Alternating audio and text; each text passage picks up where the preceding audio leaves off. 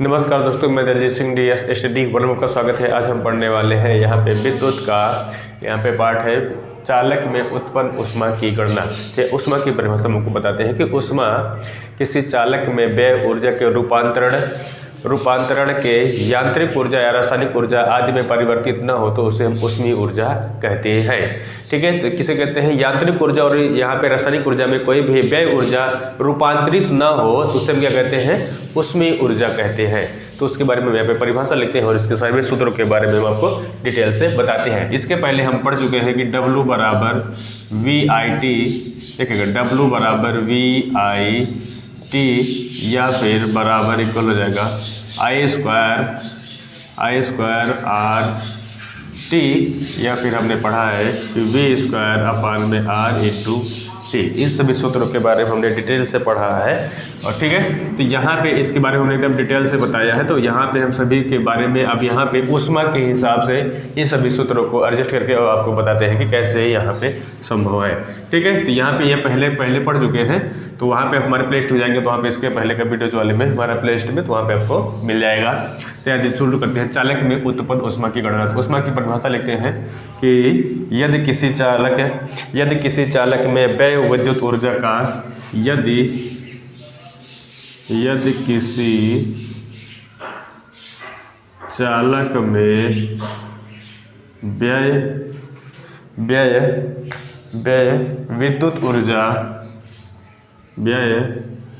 विद्युत ऊर्जा का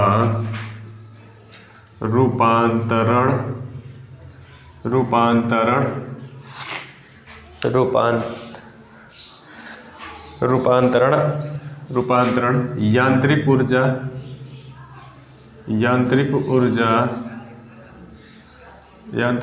कामा रासायनिक ऊर्जा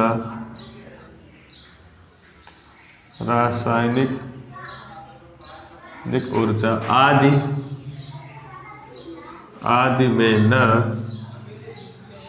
में न किया जाए तो उसे ऊष्मा कहते हैं। तो उसे ऊष्मा कहते हैं। क्या कहते हैं? आदि में न किया जाए तो उसे ऊष्मा कहते हैं या ऊष्मा होता है। क्या होता है? ऊष्मा कहते हैं या ऊष्मा होता है। ठीक है, तो यहाँ पे इन सभी के बारे में हमने परिभाषा अच्छे से आपको बताया। और यहाँ पे यदि किसी चालक में व्यय विद्युत ऊर्जा का यहाँ पे ऊर्जा का रूपांतरण यांत्रिक ऊर्जा का रासायनिक ऊर्जा आदि में न किया जाए तो उसे ऊष्मा कहते हैं या ऊष्मा कहा जाता है। ठीक है, तो यहाँ पे इसे आप एक दो बार पढ़ लीजिएगा तो आपको क्या हो जाएगा, यहाँ पे इसकी परिभाषा आपको याद हो जाएगी, ऊष्मा की परिभाषा क्या होती है। देखते हैं, अब देखिएगा एक कैलोरी, यहाँ पे देखिएगा एक कैलोरी में कितना जूल ऊष्मा होती है। यहाँ पे 4.2 जूल की क्या होती है, इसमें ऊष्मा होती है। एक कैलोरी बराबर कितना? 4.2 जूल की क्या होती है, इसमें ऊष्मा होती है। यहाँ पे ये लगभग रहेगा। ठीक है, यानी कि एकदम एग्जैक्टली है, क्या है? लगभग है। अगर पूछ ले कि एक जूल में कितना ऊष्मा होती है, यहाँ पे कितनी कैलोरी ऊष्मा होती है, तो 1/4.2 कैलोरी की क्या होती है, इसमें ऊष्मा होती है। यह भी क्या होगा? लगभग में होगा। ठीक है, तो एक कैलोरी बराबर कितना होता है? 4.2 जूल की क्या होती है, इसमें ऊष्मा होती है। और एक जूल बराबर निकालें तो 4.2 कैलोरी क्या होती है, इसमें ऊष्मा उत्पन्न होती है, जो यहाँ पे इसका मान क्या होता है? लगभग में होता है। और यहाँ पे कैलोरी का जो छोटा मात्रक होगा जूल होगा, और एक जूल का जो बड़ा मात्रक होगा क्या हो जाएगा, वह कैलोरी होगा। ठीक है, ऊष्मा को किस में मापा जाता है, तो हमेशा आप ऊष्मा को जो यथार्थ मात्रक होगा वो क्या हो जाएगा? कैलोरी होगा। ठीक है, तो यहाँ पे इसके बारे में हमने जाना और यहाँ पे आपको हमने बताया। तो अब यहाँ पे देखिएगा कि हम ओम के चालक में स्थित, जहाँ पे हमने पढ़ा था कि यह देखिएगा, इसके पहले हमने पढ़ा था कि W बराबर क्या हो जाता है? W बराबर VIT बराबर I स्क्वायर RT, या फिर हमने पढ़ा है यहाँ पे V square R into T। तो यहीं पे क्या हो जाएगा, यहाँ पे उष्मा हो जाएगा, यच बराबर हो जाएगा, यच बराबर VIT बराबर I²RT बराबर V² R अपान में यहाँ पे V² अपान में R इंटू टी। ये किसका मान हो जाएगा, हीट का मान हो जाएगा, यहाँ उष्मा का सूत्र हो जाएगा। यहाँ पे हर एक जगह पे क्या लगा देना है हमें, उष्मा। और इसमें सबसे कितना 4 यहाँ पे 1 में 4.2 कैलोरी क्या कर देंगे, इसमें हम गुणा कर देंगे। जैसे इसमें गुणा कर देंगे तो यहाँ पे इसका मान किसमें, सभी मान उसमें किसमें बदल जाएगा, यह उष्मा में परिवर्तित हो जाएगा। तो यहाँ पे आप चाहे तो एक लाइन लिख सकते हैं, यदि प्रतिरोध, यहाँ पे लिखते हैं यदि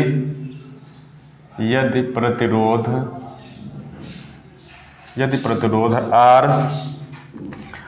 ओम के चालक में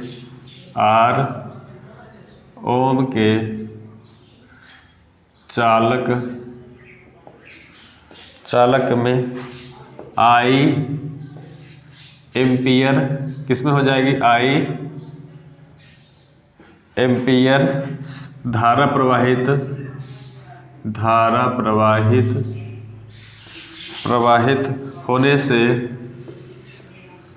होने से विभवांतर V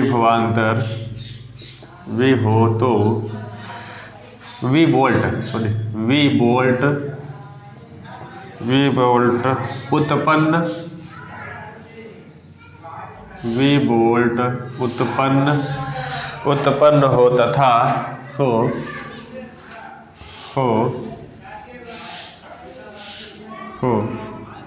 तथा T सेकंड में समय चालक में उत्पन्न उष्मा, T सेकंड में चालक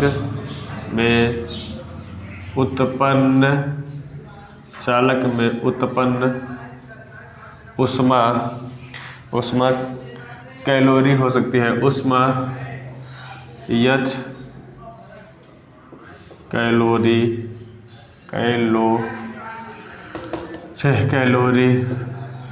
हो तो क्या हो, कैलोरी हो तो यच बराबर क्या हो जाए, यहाँ पे यच बराबर कैलोरी हो तो यच बराबर क्या हो जाएगा, VIT बराबर यहाँ पे किस में होगा, यह जूल में होगा। इन सभी का मतलब किस में होगा, आपका जूल में होगा। ठीक है, तो यहाँ पे जूल में, तो इसे कैलोरी बदलने के लिए क्या कर देंगे, यहाँ पे जब भी हम इसे कैलोरी बदलेंगे तो 1 जूल बराबर कितना होता है, 1 जूल बराबर 1/4.2 कैलोरी होता है। जिसमें कितने से, यहाँ पे VIT बराबर यहाँ पे बटे में 4.2 कैलोरी। ठीक है, कैलोरी कि क्या हो जाएगी, इसमें उष्मा उत्पन्न होगी, क्या होगी यहाँ पे VIT बटे में 4.2 कैलोरी की क्या हो जाएगी, इसमें उष्मा उत्पन्न हो जाएगी। तो अब इस पॉइंट के लिए, पहले पॉइंट के लिए होगा, दूसरे पॉइंट के लिए यहाँ पे यच बराबर क्या हो जाएगा, I²RT। यह भी किस में होगा, जूल में होगा। इसे जूल को किस में बदल दें हम, कैलोरी में बदल दें। इसमें कितना से I²RT बटे में 4.2 क्या हो जाएगी, यह भी केस में हो जाएगा, कैलोरी में हो जाएगा, क्योंकि सभी का मान कैलोरी का, यहाँ पे जो उष्मा का जैसा ही मात्रक होता है वो क्या होता है, कैलोरी होता है। तो इसलिए सभी का मान किसमें हम लिखेंगे, कैलोरी में लिखेंगे। तो कैलोरी बदलने के लिए यहाँ पे I²RT अपान में कितना 4.2 से इसमें क्या कर देंगे, भाग दे देंगे। जैसे इसमें 4.2 से हम भाग करेंगे तो क्या मान हो जाएगा, इसमें यह कैलोरी में बदल जाएगा। ठीक है, हमने यहाँ पे बताया कि जब भी उष्मा को हम किसमें, जूल से किसमें बदल देंगे, कैलोरी में बदल देंगे, तो उसमें 4.2 से हम भाग दे देंगे तो किसमें बदल जाएगा, कैलोरी में बदल जाएगा। तो यहाँ पे इसे हम जूल में और कैलोरी दोनों में निकाल सकते हैं। हमसे जिसमें कहा जाएगा प्रश्न में, वही सूत्र हम लगा कर यहाँ पे उसका मान हम ज्ञात कर लेंगे। ठीक है, यहाँ पे यच बराबर देखिएगा, यच बराबर क्या हो जाएगा, दूसरा तो यहाँ पे I²R इंटू टी, यह भी किस में होता है, यह जूल में होता है। इसे कैलोरी में बदल देंगे तो क्या हो जाएगा, V² यहाँ पे 4.2 R इंटू टी, यह भी कैसे में हो जाएगा, कैलोरी में। ठीक है, यहाँ पे इन सभी का सूत्र आपने यहाँ पे निकाला और आपको पता चल गया कि सभी का मान किसमें, उष्मा में, और मतलब जूल में या कैलोरी में क्या क्या सूत्र होता है। हीट का जो उष्मा का मात्रक होगा, यहाँ पे उष्मा का मात्रक क्या हो जाएगा, कैलोरी, या उष्मा का छोटा मात्रक क्या हो जाएगा, जूल।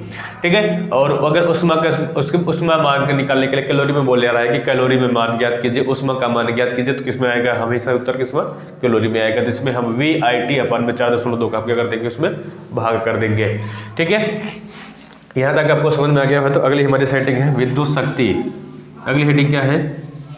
विद्युत शक्ति। ठीक है, विद्युत शक्ति किसे कहते हैं? यहाँ पे ध्यान से देखिएगा, विद्युत शक्ति या सामर्थ्य, इसी को हम क्या कहते हैं? सामर्थ्य कहते हैं। ठीक है, क्या कहते हैं? इसी को सामर्थ्य कहते हैं। तो किसी परिपथ में विद्युत ऊर्जा के व्यय की समय दर को क्या कहते हैं? विद्युत ऊर्जा कहते हैं। तो किसी परिपथ में विद्युत ऊर्जा के व्यय के समय दर को ही क्या कहते हैं? विद्युत शक्ति कहते हैं।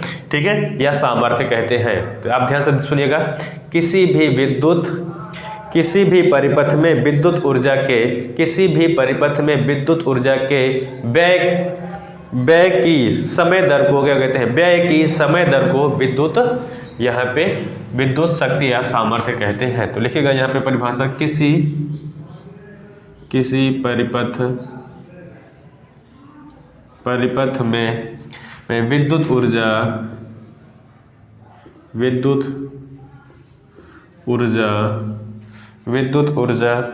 के व्यय की समय दर को क्या कहते हैं? समय दर को विद्युत शक्ति कहते हैं। समय दर को विद्युत शक्ति कहते हैं। किसको? समय दर को ही विद्युत शक्ति कहते हैं। ठीक है, इसका जो सूत्र होता है वो क्या हो जाएगा? विद्युत, यहाँ पे विद्युत शक्ति बराबर क्या हो जाएगा? देखिएगा, इसका सूत्र होता है विद्युत शक्ति बराबर व्यय विद्युत ऊर्जा बटे में क्या हो जाएगा? समय। विद्युत शक्ति को किस समय हम लोग प्रदर्शित करते हैं? P से। शक्ति को किससे प्रदर्शित किया जाता है? P से। पावर होता है तो यहाँ पे परमाणु शक्ति होता है तो P। विद्युत शक्ति किससे? P से। और यहाँ पे व्यय विद्युत ऊर्जा क्या हो जाएगा? व्यय जो विद्युत ऊर्जा होगा उसे हम क्या करते हैं? W करते हैं। समय को हमेशा हम लोग T से। तो P बराबर क्या हो जाएगा? P बराबर W/T। और इसका जो हमेशा ही मात्रक होता है यह क्या होता है? वाट होता है। क्या होता है इसका मात्रक? वाट। शक्ति का ऐसा ही मात्रक क्या होता है? वाट होता है। तो यहाँ पे हमने लिख दिया कि P बराबर क्या हो जाएगा? W/T इंटू वाट। यहाँ पे इसका ऐसा ही मात्रक होगा। विद्युत शक्ति का जो सही मात्रक हो जाएगा क्या हो जाएगा? वह वाट होगा। ठीक है, क्या हो जाएगा यहाँ पे? वाट। तो यहाँ पे विद्युत शक्ति का मापन भी कर सकते हैं हम लोग। तो विद्युत शक्ति का हम यहाँ पे हेडिंग करते हैं विद्युत शक्ति का मापन। देखिए, विद्युत शक्ति का मापन करने के लिए हम लोग क्या करेंगे? यहाँ पे विद्युत शक्ति का मापन करने के लिए सभी में, यहाँ पे सभी के, जैसे यस बराबर क्या था? VIT था। तो यहाँ पे P बराबर क्या हो जाएगा? VIT रखा जाएगा। तो यहाँ पे हम यहाँ पे क्या रखेंगे? इसमें रख देंगे। यहाँ पे W के स्थान पे क्या रखा जाएगा? जैसे हमने पढ़ा था कि यहाँ पे यस बराबर या फिर W बराबर, यहाँ पे क्या पढ़ा? सबसे पहले हमने पढ़ा था W बराबर VIT पढ़ा था। ठीक है, तो यहाँ पे W बराबर जब VIT पढ़ा था तो W के स्थान पे क्या रखा जाएगा? VIT रखा जाएगा। तो T से T क्या हो जाएगा?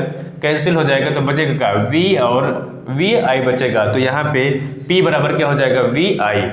ठीक है, तो यहाँ पे विद्युत शक्ति का जो मापन होगा वो सर्वप्रथम पहले पॉइंट के लिए क्या हो जाएगा? यहाँ पे, तो यहाँ पे देखिएगा हमने पढ़ा था W बराबर, यहाँ पे सबसे पहले हम लिखते हैं कि W बराबर VIT बराबर I² RT या फिर V² R इंटू T। ये हमने सूत्र को पढ़ा है यहाँ पे W बराबर। अब यहाँ पे जहाँ W है वहाँ पे हम एक एक बार इसका सभी का मान हम रख करके हल करते हैं और यहाँ पे सभी का मान हम क्या करते हैं? यहाँ पे ज्ञात करते हैं। तो यहाँ तक आपको अच्छे से दिख रहा है। देखिएगा, पहले पॉइंट के लिए हम हल करते हैं। तो जैसे हम पहले पॉइंट के लिए कर दें, V तथा I के पदों में, किसके? पहले पॉइंट के लिए V तथा I के पदों में ज्ञात करते हैं। तो या पदों में देखिएगा, V तथा I के पदों में ज्ञात करना है तो क्या हो जाएगा? यहाँ पे P बराबर क्या हो जाएगा? P बराबर W/T। तो W का जो मान होगा वो क्या हो जाएगा? VIT होगा। तो यहाँ पे VIT, यहाँ पे W के स्थान पे क्या रख रहे हैं? VIT रख रहे हैं। अपान में क्या हो जाएगा? T से T कट जाएगा तो बचेगा क्या? V into I। यहीं पे क्या हो जाएगा? यहाँ पे P का मान जो सूत्र होगा वो क्या हो जाएगा? शक्ति बराबर यहाँ पे विभवांतर विभवांतर गुणते क्या हो जाएगा, विद्युत धारा। ठीक है, धारा या फिर कहते हैं विभव, यहाँ पे शक्ति बराबर क्या हो जाएगा, विभवांतर गुणते धारा हो जाएगा। यहाँ पे ये शक्ति का मात्रक हो जाएगा। विद्युत शक्ति का सूत्र हो जाएगा जो वहाँ पे P बराबर V, यहाँ पे VI होगा। ठीक है, यहाँ तक आपको समझ में आ गया है। तो यहाँ पे जो बाकी बचे हुए हैं यहाँ पे हम हल कर देते हैं। दूसरा पॉइंट देखिएगा, यहाँ पे शक्ति का, विद्युत शक्ति का दूसरा पॉइंट होगा सॉरी, I तथा R के पदों में शक्ति को क्या कहते हैं, किसके, I तथा R के पदों में, I तथा R के पदों में विद्युत शक्ति। ठीक है, I तथा R के पदों में विद्युत शक्ति। तो देखिएगा I तथा R के पदों में तो P बराबर क्या हो जाएगा, W अपान में T। ठीक है, तो अब यहाँ पे W बराबर हमने इसको हल कर दिया, तब यहाँ पे अब इसका मान निकालेंगे तो I स्क्वायर RT। तो यहाँ पे W का मान रखेंगे तो क्या हो जाएगा, I स्क्वायर RT हो जाएगा, अपान में क्या रहेगा T से T कैंसिल हो जाएगा तो बचेगा क्या, I स्क्वायर R। यहाँ पे शक्ति बराबर क्या हो जाएगा, विद्युत धारा का स्क्वायर इंटू प्रतिरोध। ठीक है, या प्रतिरोध इंटू क्या हो जाएगा, विद्युत धारा का स्क्वायर। तो यहीं पे शक्ति का मात्रक हो जाएगा, यहाँ पे विद्युत शक्ति का जो मात्रक होगा I स्क्वायर R हो जाएगा। यहाँ पे दूसरा पॉइंट हो गया। और तीसरा पॉइंट को आप देखिएगा ध्यान से, तीसरे पॉइंट में यहाँ पे बोला है किसके रूप में हमें ज्ञात करना है, यहाँ पे V तथा R के पदों में विद्युत शक्ति का मान, V तथा R के पदों में विद्युत शक्ति। ठीक है, किसके पदों में, V तथा R के पदों में विद्युत शक्ति। ठीक, तो यहाँ पे इसके पॉइंट्स को देखते हैं। तो तीसरे पॉइंट के लिए तो यहाँ पे क्या हो जाएगा, P बराबर W अपान में T। तो W का मान हमने निकाला है, यहाँ पे दोनों पॉइंट को निकाली। तीसरे पॉइंट W, यहाँ पे W बराबर क्या हो जाएगा, यहाँ पे V square R into T पूरे बटे में क्या हो जाएगा T। यहाँ से T कैंसिल हो जाएगा तो बचेगा क्या, यहाँ पे V स्क्वायर R। तो P बराबर क्या हो जाएगा, V स्क्वायर अपान में R। यहाँ पे विभवांतर का स्क्वायर बटे में प्रतिरोध है, यहाँ पे विद्युत शक्ति का जो सूत्र हो जाएगा, यहाँ पे P बराबर क्या हो जाएगा, V स्क्वायर R। यहाँ तक आपको समझ में आ गया है, सभी चीज़ें आपको अच्छे तरह से बताए गए हैं। अगर आपको किसी भी प्रॉब्लम्स हो रहे हैं तो कमेंट करके कमेंट बॉक्स में आप बता सकते हैं कि हाँ ये पॉइंट हमें समझ में नहीं आया, तो वहाँ पे उसके लिए हम आपको व्यवस्था कर देंगे। ठीक है, आप जब तक हम अगला क्वेश्चन से लिख रहे हैं या तब तक अगला पॉइंट बता रहे हैं, तब तक हमारे क्वेश्चन, हमारे इस चैनल को सब्सक्राइब कर लीजिएगा और हमारा वीडियो जब आपको अच्छा लगे तो लाइक कर दीजिएगा। तब तक आप स्क्रीनशॉट ले लीजिए, हम अगला क्वेश्चन लिख रहे हैं।